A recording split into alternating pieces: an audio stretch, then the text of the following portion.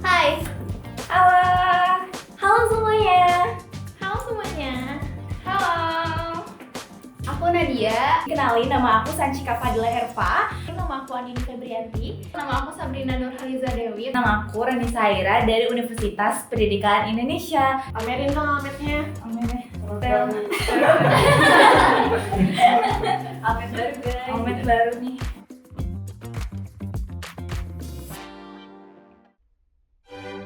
Kalau di kampus kamu, ilmu komunikasi itu lebih banyak praktek di lapangan atau teori di kelas sih?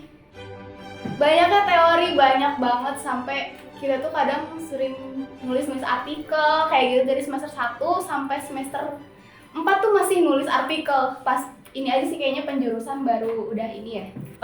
Seimbang sih menurut aku antara teori prakteknya. Jadi kita praktekin juga pelajaran-pelajarannya di kelas. Tapi karena aku masih maba juga, mungkin ya pasti yang pertama itu belajar teori-teori dulu. Beberapa ada udah kita praktek juga kayak jurnalistik, kayak bikin berita ataupun berita tulis ataupun audiovisual. Bahkan aku tuh udah sampai jauh-jauh ke Braga cuman buat ngeliput berita doang gitu. Makanya harus wah gitu.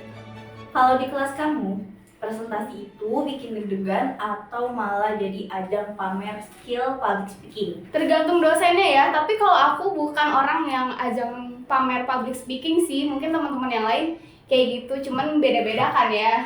Jujur kadang deg-degan karena ngelihat teman-teman lain kayak wow, public speaking mereka tuh bagus-bagus banget gitu, kayak ngerasa minder gak sih? Aku sendiri deg-degan, tapi kalau misalnya aku tuh kayak udah menguasai benar nih materinya kayak gimana, aku udah tahu gimana ya cara nyampainnya, aku lebih pede. Kayak kadang-kadang kalau misalnya ngelihat orang-orang presentasi kayak gitu, terus aku tuh kayak oh my god, aku tuh harus kayak gitu, aku harus kayak gitu, nggak mau tahu aku harus lebih dari dia. Kalau misalkan aku pribadi, itu tergantung aku hafal materi atau enggak. Kalau misalkan aku nguasain materi, ya udah kayak aku pede aja gitu public speakingnya. Jadi kamu suka pamer juga? Sebenarnya aku enggak sih, cuman kayak Yang dibilang Ranisa tadi, kayak orang-orang yang udah nguasain itu jadi kayak wah ini keren banget, gue harus bisa nih lebih dari dia gitu loh.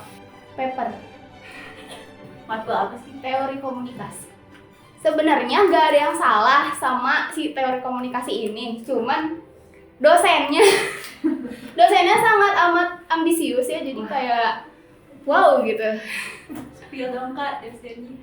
Emang boleh? Tugasnya itu kayak mungkin di jurnalistik ya, kayak bikin berita itu males banget, apalagi nyusun berita. Karena dari dulu itu tuh jujur nilai bahasa Indonesia aku mungkin kurang banget ya, minus 1000 aura. Tapi kayak mau nggak mau di jurnalistik harus bikin teks berita. Itu kayak ya udahlah, daripada nilainya terus mau semester, ya udahlah kita kerjain aja gitu deh. Filsafat. Karena apa? Karena filsafat itu pembahasannya tuh berat dan kita harus ngerangkum dari buku itu. Kayak ini baca berulang kali, ini apa sih maksudnya? Kayak filsafat tuh menurut aku berat dan di luar logika aja. Jujur sama kayak Sanchika, filsafat teman-teman, karena filsafat tuh menurut aku teorinya tuh kayak muter-muter, kita tetap di satu titik tapi kok nggak paham-paham kayak gitu loh.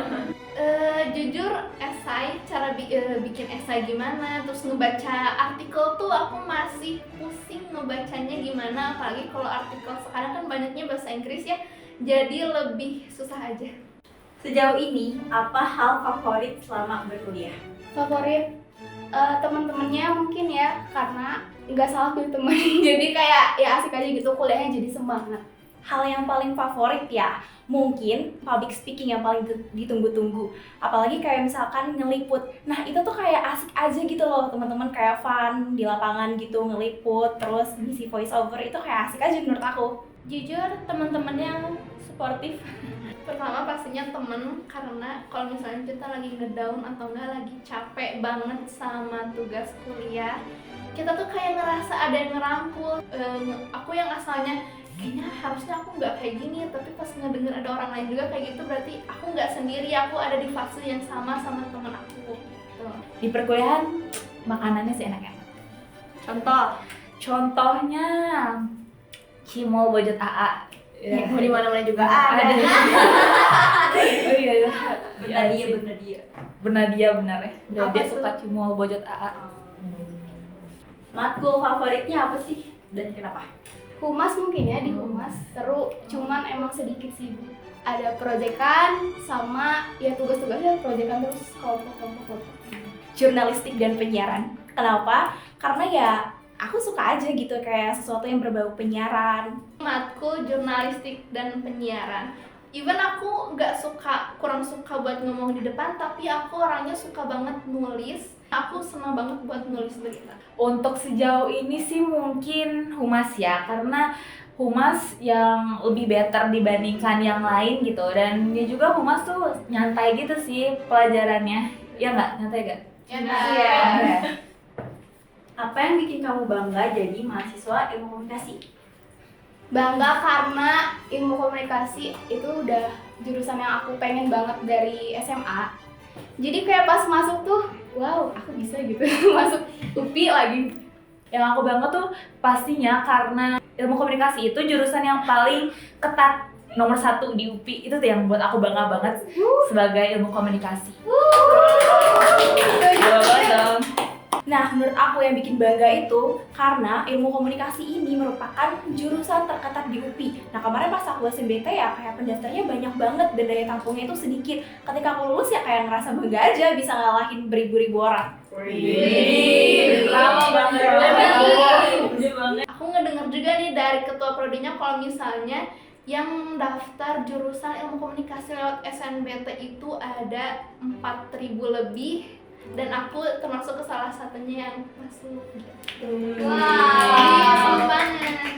bangga aja sih apa yang jadi mimpi aku bisa jadi kenyataan sekarang.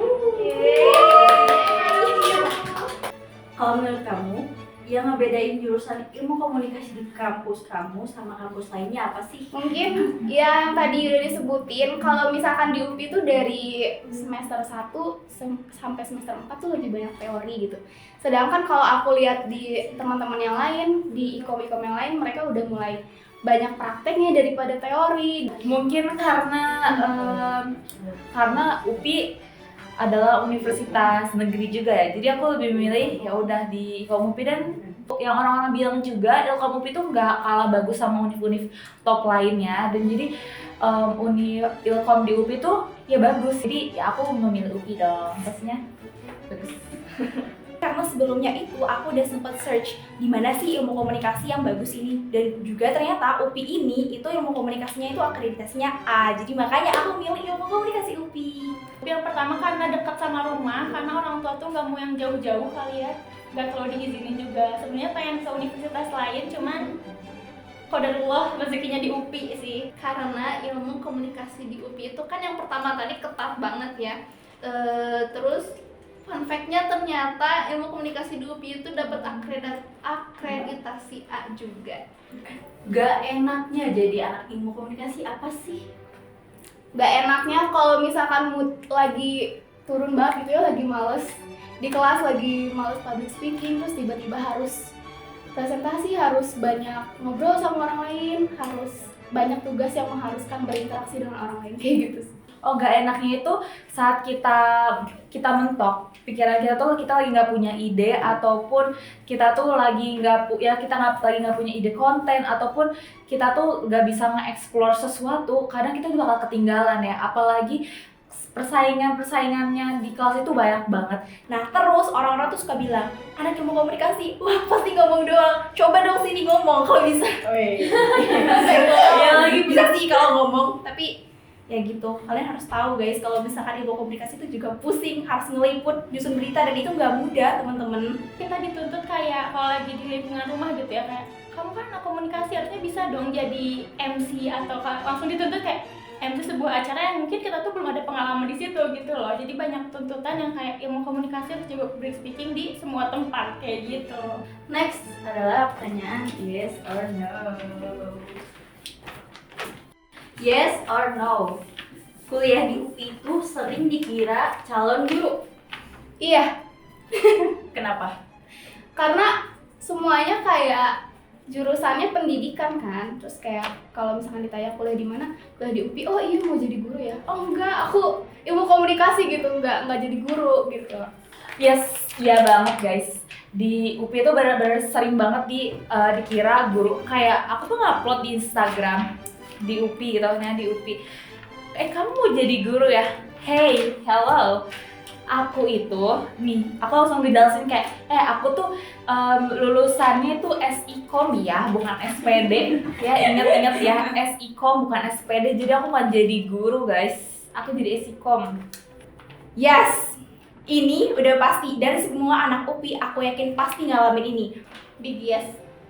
Karena jujur tiap ada tetangga atau kayak nenek kakek gitu kayak kuliah di mana di UPI, oh mau jadi guru ya, padahal nggak sama sekali teman-teman.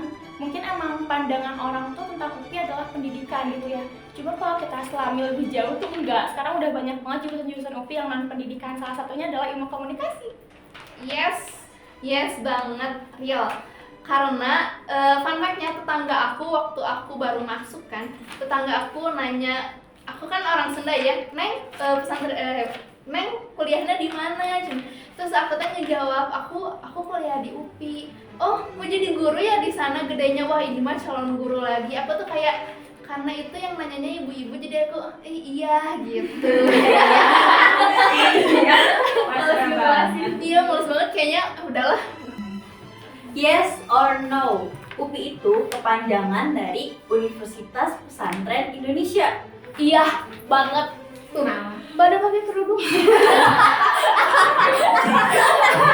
Kadang aku tuh disangka orang nyasar gitu loh, kayak maksudnya, Nat, mana di UPI kok tapi nggak sesuai gitu, kayak emang cocoknya di Unpad kayak gitu, kayak ya udahlah. Menurut aku no, tapi orang-orang banyak yang bilang kayak gitu, tapi menurut aku enggak, karena mungkin campur sih sekarang. Yes, kenapa Yudi? Karena aku tuh dari awal sebelum aku tahu UPI aja, tapi kayak ngedenger nama UPI, kayak itu tuh vibes-nya tuh kayak kalem gitu loh guys. Kayak namanya tuh nama-nama alim gitu. Kayak ngerasa UPI tuh kayak beda aja gitu vibes-nya.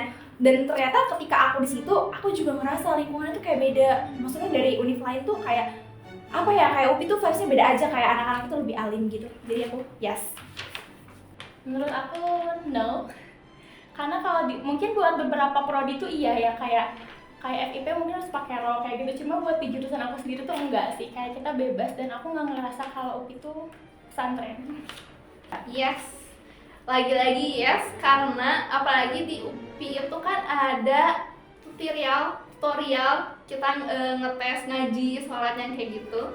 Terus aku kan ilmu komunikasi FPIPS ya, dan FPIPS itu segedung sama prodi PAI. Jadi setiap harinya ngeliat anak-anak di gamis, anak-anak pakai kerudung panjang. Jadi kayak sekeliling aku tuh pada ukti semua. Apalagi kalau jajan itu kan kegerlong ya, masuk ke DT kayak wah gitu, pada santri, pada ukti, pada pakai kopiah gitu. Jadi santri banget.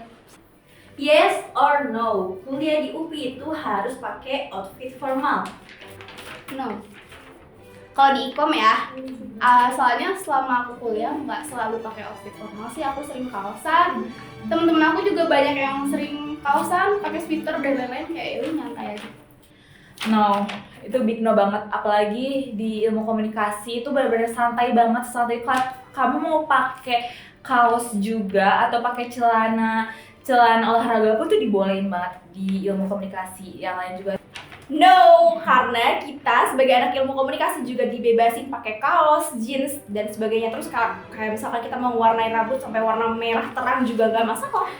Seneng. Big no, ditambah prodi aku sendiri lagi, di kita tuh dibebasin teman-teman, mau kalian cat rambut, pakai baju pendek, mau pakai kerudung bergo juga tadi itu boleh banget. Jadi bebas sih, gimana style kalian aja. Kalau yang ini no, yang setelah ini no. Karena kayak kata aku tadi, aku kalau ke kuliah itu seringnya pakai lepis, pakai kaos. Jadi untuk prodi aku sendiri enggak. Oke.